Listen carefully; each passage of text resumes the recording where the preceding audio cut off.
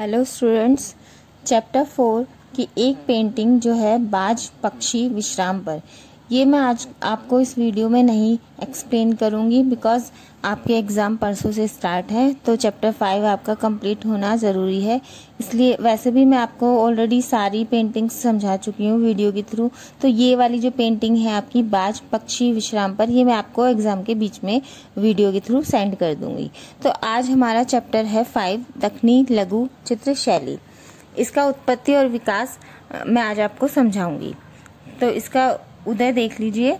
दक्षिणी लघु चित्र शैली का विकास 16वीं सदी से लेकर 19वीं सदी के बीच हुआ था। मतलब इस बीच में इस शैली का विकास हो चुका था। और इस शैली के मुख्य राज्य मतलब किस किस जगह इस शैली के जो चित्र पाए गए थे, अहमदनगर, हैदराबाद, बीजापुर, गोलकुंडा, इन नगरों में इस शैली के चित्र पाए गए थे। दक्षिणी शैली में विभिन्न कला तत्वों का समावेश देखने को मिला था। इनमें किस किस का समावेश देखने को मिला था? ईरान, पर्शिया एवं तुर्की, इस्लामी कला का समावेश, मतलब इन सभी में इस कला का समावेश देखने को मिला था। गहरे अध्ययन के पश्चात इसको 3 चरणों में विभाजित किया गया है। मतलब पुस्तक के आधार पर जो अध्ययन किया गया है उसमें इस शैली को, दक्षिणी लघु चित्र शैली को 3 चरणों में विभाजित किया गया है। तो प्रथम चरण है, इस चरण का प्रारंभ बीजापुर के आदिल शाही दरबार में हुआ था। जो प्रथम चरण है उसका जो आरंभ कब हुआ था? आदिल शाही दरबार में हुआ था।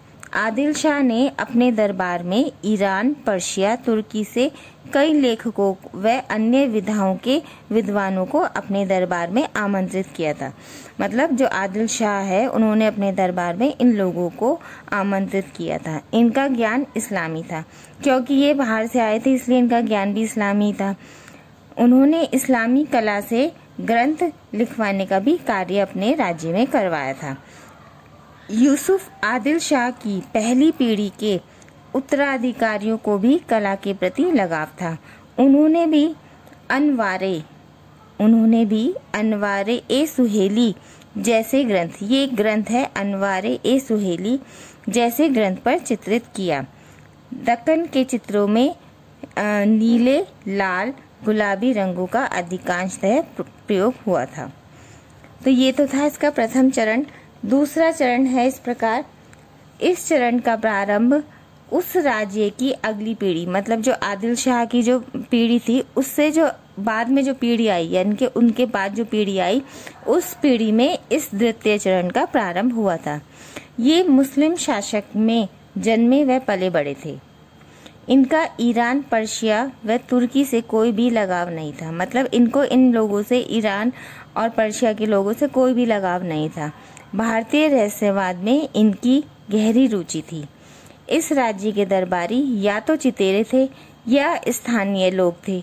मतलब जो इस राज्य के जो दरबारी थे वो या तो चितेरे थे या स्थानीय जो आसपास के लोग थे वो थे। जो ईरान, पर्शिया व तुर्की से आए थे इसलिए उनकी कला भी इस्लामी ही रही। मतलब इस राज्य में भी जो कला कैसी रही थी, इस्लामी और पर्शिया ही रही, किंतु स्थानीय कला को उन्होंने अपनी कला में सम्मिलित किया। जो स्थानीय लोगों ने जो कला की थी उनको भी उन्होंने इसमें शामिल कर लिया था। ये था इसका द्वितीय चरण यानी कि सेकंड पार्ट। तृतीय चरण में क्या है ये देखिए। इसका प्रारंभ 18वीं सदी के आरंभ में हुआ था। हैदराबाद में इस कला को नए रूप में देखा गया। मतलब इसका प्रारंभ कब हुआ था? 18वीं सदी में हुआ था। और इसके जो रूप देखा गया था इसका तृतीय चरण का, वो हैदराबाद में देखा गया था। मुगल साम्राज्य के अनेक चितेरों ने इस कला को आगे बखूबी प्रस्तुत किया। मतलब जो कला चलती आ रही थी उसी कला को आगे और बढ़ावा दिया और उसको आगे की ओर प्रस्तुत करते रहे। अब ये क्वेश्चन इस तरह से भी आ सकता है कि दक्षिणी शैली की विशेषताओं पर प्रकाश डालिए। तो हम उसमें पहले थोड़ा सा उत्पत्ति विकास थोड़ा सा बता देंगे और विशेषताएं हमें बतानी होंगी जो इस प्रकार है। इस कला में कुछ मुख्य विशेषताएं पाई गई हैं, जैसे नंबर 1, इमारतों के चित्रों में त्रियामी यानी कि इमारतें बनती थी।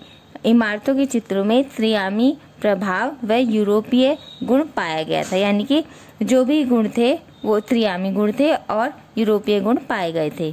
लंबे व गोरे स्त्री पुरुषों को भावुकता प्रदान करना, यानी कि जो लंबे पुरुष और स्त्री थे उनमें एक्सप्रेशन प्रभाव प्रदान करना। थर्ड है इनका मानव आकृतियों के चेहरों पर बड़ी आंखें।